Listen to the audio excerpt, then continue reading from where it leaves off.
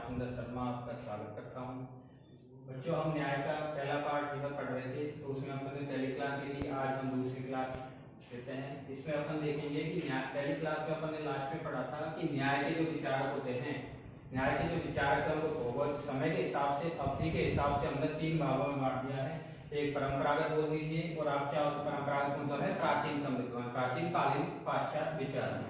दूसरे होते हैं मध्यकालीन और तीसरे आधुनिक कालीन। तो पाश्चात्य या प्राचीन कालीन जो न्याय के विचारक हैं उनमें अपने सिलेबस में प्रमुख रूप से प्लेटो और अरस्तु को जो है शामिल किया गया है। तो इनके ही यानी परंपरागत या पाश्चात्य परंपरागत या पाश्चात्य प्राचीन कालीन न्याय के विचारक कौन कौन है? तो दोनों ही विचारक है, प्लेटो और अरस्तु। प्लेटो और अरस्तु दोनों ही यूनानी विद्वान है और दोनों के बीच में जो संबंध देखे तो दोनों ही गुरु और शिष्य का दोनों में संबंध पाया जाता है। अपन देखते हैं कि प्लेटो का जो न्याय का सिद्धांत है वो क्या है। पहले अपन पढ़ चुके हैं परंपरागत अवधारणा, थोड़ा सा और देखें तो पहली क्लास का थोड़ा सा और हाईलाइट ले लेते हैं कि परंपरागत अवधारणा है या पश्चिमी जो पाश्चात्य विचारक है, ये सारे अपन जो पढ़ रहे हैं। तो ये विचारधारा या ये विचारक जो है वो न्याय के लिए किस तत्व पर जोर दिया था? इन्होंने अपन ने पहली क्लास में पढ़ लिया था, सद्गुणों पर जोर दिया था। तो आज हम देखते हैं कि ये प्रमुख प्लेटो और अरस्तु है। तो प्लेटो का न्याय का सिद्धांत देखते हैं कि प्लेटो क्या कहता है न्याय के लिए। तो प्लेटो का परिचय देखें पहले तो सबसे पहले तो प्लेटो जो है यूनानी दार्शनिक हुए थे, सुकरात उनका जो है शिष्य था और उनके विचारों का प्रभाव जो है प्लेटो के जो भी विभिन्न सिद्धांत दिए राज्य के बारे में, सरकार के बारे में, न्याय के बारे में जो भी दिए हैं उन सब पर उनका प्रभाव हमको देखने को मिलता है। प्लेटो ने अपना जो न्याय का सिद्धांत दिया था वो एक ग्रंथ लिखा था इन्होंने, रिपब्लिक। तो रिपब्लिक नामक ग्रंथ में जो है न्याय के सिद्धांत का इन्होंने बहुत विस्तृत रूप से वर्णन किया है। और ये पहले विद्वान थे जिन्होंने राजनीति विज्ञान में या राजनीतिक चिंतन में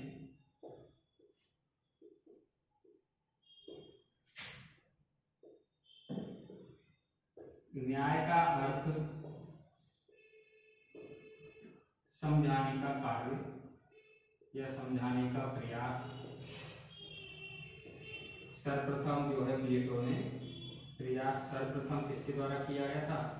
प्लेटो के द्वारा किया गया था। या यूं कह सकते हैं इस चीज को अपन प्लेटो ने किया, या अपन इस तरह कह सकते हैं कि राजनीतिक चिंतन जो है उसमें न्याय को सबसे पहले शामिल करने का, इससे पहले न्याय का किसी ने राजनीति विज्ञान में राजनीतिक चिंतन में शामिल नहीं किया था। ये दार्शनिक या फिर जो है समाज विज्ञान का विषय माना जाता था, लेकिन इसको राजनीतिक चिंतन में राजनीति की जो विषय वस्तु है उसमें न्याय को सर्वप्रथम जो सबसे पहले शामिल किया था या उसका अर्थ स्पष्ट राजनीतिक आधार पर स्पष्ट करने का प्रयास किया था वो प्लेटो के द्वारा ही किया गया।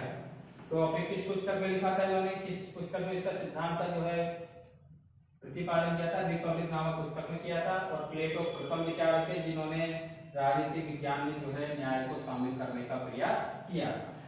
इन्होंने न्याय को स्पष्ट करने के लिए 2 अर्थ दिए थे, पहला व्यक्तिगत न्याय और दूसरा दिया था सामाजिक न्याय या राज्य से संबंधित न्याय। तो व्यक्तिगत न्याय में प्लेटो क्या कहता है कि व्यक्तिगत न्याय का मतलब है निजी, व्यक्ति से संबंधित। तो प्लेटो व्यक्ति से निजी चारित्रिक गुण, न्याय को निजी चारित्रिक गुण मानता है और व्यक्ति के निजी चारित्रिक गुण में अगर न्याय विद्यमान है तो उससे बड़ी संस्था, मैंने पहली क्लास में पढ़ा था, समाज बनता है व्यक्तियों से मिलकर के। तो प्रत्येक व्यक्ति का निजी चारित्रिक गुण अगर न्याय है तो उनसे ऐसे ही अनेक व्यक्तियों से मिला जो बड़ी संस्था है समाज, वो भी किस पर आधारित हो जाएगी? न्याय पर, या उस राज्य में उस समाज में क्या स्थापित हो जाएगा? स्वयं न्याय स्थापित हो जाएगा। तो अपन देखते हैं व्यक्तिगत न्याय। प्लेटो न्याय को आत्मिक गुण मानता है, निजी चारित्रिक गुण मानता है और ये आत्मिक गुण होने के नाते व्यक्ति के विभिन्न गुण जो होते हैं, व्यक्तित्व के विभिन्न जो पक्ष होते हैं उनको संतुलित करने का कार्य करता है। इससे प्रभावित होकर के व्यक्ति जब व्यक्ति के विभिन्न गुणों को संतुलित करता है, न्याय संतुलित करने का कार्य करता है, तो उससे प्रभावित होकर के व्यक्ति दूसरों की भलाई में ही अपनी भलाई समझता है, दूसरों के कल्याण में ही अपना कल्याण समझने लग जाता है। अगर ऐसा नहीं है, न्याय उसके अंदर नहीं है, आत्मिक जो गुण है उसमें न्याय विद्यमान नहीं है, तो व्यक्ति क्या होगा? दूसरों की भलाई में अपना भला नहीं ढूंढेगा, बल्कि दूसरों को नुकसान पहुंचा करके अपने स्वार्थ को ही क्या जो है प्राथमिकता देने का कार्य करेगा। तो अपने स्वार्थ को प्राथमिकता नहीं दे, दूसरों के हितों को नुकसान नहीं पहुंचाए, बल्कि क्या करेगा? दूसरों के हितों में, दूसरों की भलाई में, दूसरों के कल्याण में ही क्या मानता है? अपना भला मानेगा, अपना कल्याण मानेगा, दूसरों के सुख में ही अपना सुख मानेगा। तो वो कब मानेगा? ऐसी सोच कब परिवर्तित होगी व्यक्ति की? जब व्यक्ति के आत्मिक गुण कौन सा होगा? व्यक्ति की आत्मा में कौन सा गुण होना चाहिए? न्याय नामक तत्व होना चाहिए। तो व्यक्तिगत न्याय से कितना याद रखिए आप लोग, प्लेटो न्याय को आत्मिक गुण मानता है जो व्यक्ति के विभिन्न पक्षों को संतुलित करने का कार्य करता है, और इससे प्रभावित हो जाता है व्यक्ति जब न्याय नामक तत्व से, आत्मिक तत्व से प्रभावित हो जाता है तो प्रत्येक व्यक्ति दूसरों की भलाई में ही अपना भला ढूंढने लग जाता है। दूसरा नियम इन्होंने दिया था सामाजिक न्याय। सामाजिक न्याय को दूसरा नाम भी दे सकते हैं अपन, राजनीतिक न्याय कह सकते हैं, राजनीति से संबंधित या राज्य से संबंधित न्याय। सबसे अच्छे सामाजिक न्याय या अपनी पुस्तक में दिया है राज्य से संबंधित न्याय। इसके अनुसार प्लेटो ने क्या किया है कि देखिए पहले नियम को आगे पढ़िए, पहले नियम को आधार बना के चलिए। न्याय को क्या माना है, पहले नियम में आत्मिक गुण माना है, और आत्मिक गुण जो माना है उसमें 3 तत्व पाए जाते हैं। प्रत्येक व्यक्ति में न्याय पाया जाता है, लेकिन 3 तत्व भी पाए जाते हैं। प्रत्येक व्यक्ति में व्यक्तित्व में 3 गुण पाए जाते हैं, एक तो बुद्धि, दूसरा शौर्य और तीसरा पाया जाता है तृष्णा, जिसे अपन कहते हैं इच्छा। ये तीनों गुण जो है व्यक्ति के अंदर आत्मा में पाए जाते हैं, लेकिन तीनों की मात्रा समान नहीं होती है, न्यूनाधिक मात्रा में पाए जाते हैं। न्यूनाधिक का मतलब एक गुण सर्वाधिक मात्रा में पाया जाएगा तो बाकी 2 गुण जो है न्यून मात्रा में पाए जाएंगे, तीनों में ही मात्रात्मक अंतर पाया जाएगा। प्लेटो ये कहता है कि न्याय की विद्यमान समाज में न्याय विद्यमान करना है, अपन को न्याय की स्थापना करनी है, तो ये तीनों गुणों प्रत्येक 3 गुण जो है प्रत्येक व्यक्ति में पाए जा रहे हैं, और जो गुण व्यक्ति में सर्वाधिक मात्रा में पाया जाए व्यक्ति को उसी के आधार पर अपना कार्य करना चाहिए। 3 मान के चलिए किसी व्यक्ति में बुद्धि नामक तत्व जो है वो प्राथमिक है, सबसे ज्यादा मात्रा में पाया जा रहा है, तो व्यक्ति को क्या कार्य करना चाहिए, वो भी प्लेटो ने निश्चित कर दिया कि 3 वर्गों में बांट दिया। समाज को कितने वर्गों में बांट दिया, 3 वर्गों। जिस वर्ग में बुद्धि का तत्व अधिक है उसको शासक वर्ग के कार्य करना चाहिए, प्रशासनिक कार्य करना चाहिए, राज्य का नेतृत्व करना चाहिए। तो उसको बुद्धि के लिए कौन सा वर्ग बना दिया, जिस वर्ग में बुद्धि तत्व ज्यादा है व्यक्तियों में, उस वर्ग को नाम दिया है शासक वर्ग का नाम या अभिभावक वर्ग का नाम प्लेटो ने दिया है। मान के चलिए ये वर्ग किसी में ज्यादा नहीं है, किसी में शौर्य तत्व या बल नामक जो गुण है वो सर्वाधिक मात्रा में पाया जाता है, तो उस व्यक्ति को रक्षक वर्ग या सैनिक वर्ग का कार्य करना चाहिए। तो उसको प्लेटो ने क्या नाम दे दिया, दूसरे गुण के आधार पर रक्षक वर्ग कह दीजिए या सैनिक वर्ग कह सकते हो। जिन व्यक्तियों में तृष्णा सबसे ज्यादा पाई जाती है, इच्छा पाई जाती है, उन्हें व्यापारिक वर्ग का नाम इन्होंने दे दिया है।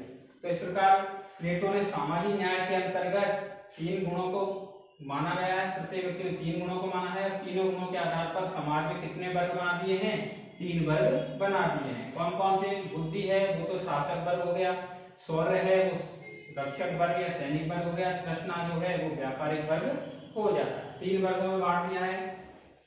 इनके आधार पर समाज में 3 वर्ग पाए जाते हैं, और प्रत्येक वर्ग को अपना निर्धारित कार्य करना चाहिए। यानी जिस 3 गुण है, 3 गुण में सर्वाधिक मात्रा में जो गुण पाया जा रहा है उसी के आधार पर व्यक्ति को अपना कार्य करना चाहिए, अपना रोजगार जो भी है वो अपनाना चाहिए, और दूसरों के कार्य में हस्तक्षेप नहीं करना चाहिए। मान के चलिए एक व्यक्ति में बुद्धि ज्यादा है, लेकिन उसको बुद्धि वाला शासक वर्ग का कार्य नहीं कर रहा है, और उस व्यक्ति को लड़ने के लिए युद्ध के मैदान में भेज दिया जाए, तो परिणाम अच्छा नहीं होगा, दोनों ही दुखद परिणाम होंगे। वो व्यक्ति भी मारा जाएगा और राज्य की प्रतिष्ठा या राज्य की जो भूमि क्षेत्र जो है उसको भी नुकसान पहुंच सकता है। इसी प्रकार एक व्यक्ति जिसमें शौर्य बल ज्यादा है उसको अगर शासक वर्ग में नियुक्त कर दिया जाए तो वो अच्छे प्रशासनिक विधि या नियमों का या प्रशासन का संचालन जो है सही तरीके से नहीं कर पाएगा। इसलिए वो कहता है प्रत्येक वर्ग को अपना निर्धारित कार्य करना चाहिए। निर्धारित कार्य किसके अनुसार करना चाहिए, जो तत्व 3 गुणों में से सर्वाधिक मात्रा में उसमें पाया जाता है उसके अनुसार ही निर्धारित कार्य करना चाहिए, और दूसरों के कार्य में हस्तक्षेप नहीं करना चाहिए। अगर व्यक्ति अपना निर्धारित कार्य करके दूसरों कार्य में हस्तक्षेप कर रहा है, बुद्धिमान व्यक्ति लड़ने जा रहा है, लड़ने वाला व्यक्ति जो है शासक वर्ग का कार्य कर रहा है, तो वो दोनों ही राज्य के लिए भी और व्यक्ति दोनों के लिए ही अनिष्टकारी होते हैं। तो इस प्रकार प्लेटो का जो न्याय का सिद्धांत है वो कानूनी सिद्धांत नहीं होकर के कैसा सिद्धांत है, नैतिक सिद्धांत। तो प्लेटो के न्याय के सिद्धांत को अपन कैसा मान सकते हैं, नैतिक सिद्धांत अधिक से अधिक मान सकते हैं। आगे का ये दोनों नियमों के बाद प्लेटो के बाद आगे का अपन अगली क्लास में पढ़ेंगे। तब तक के लिए नमस्कार।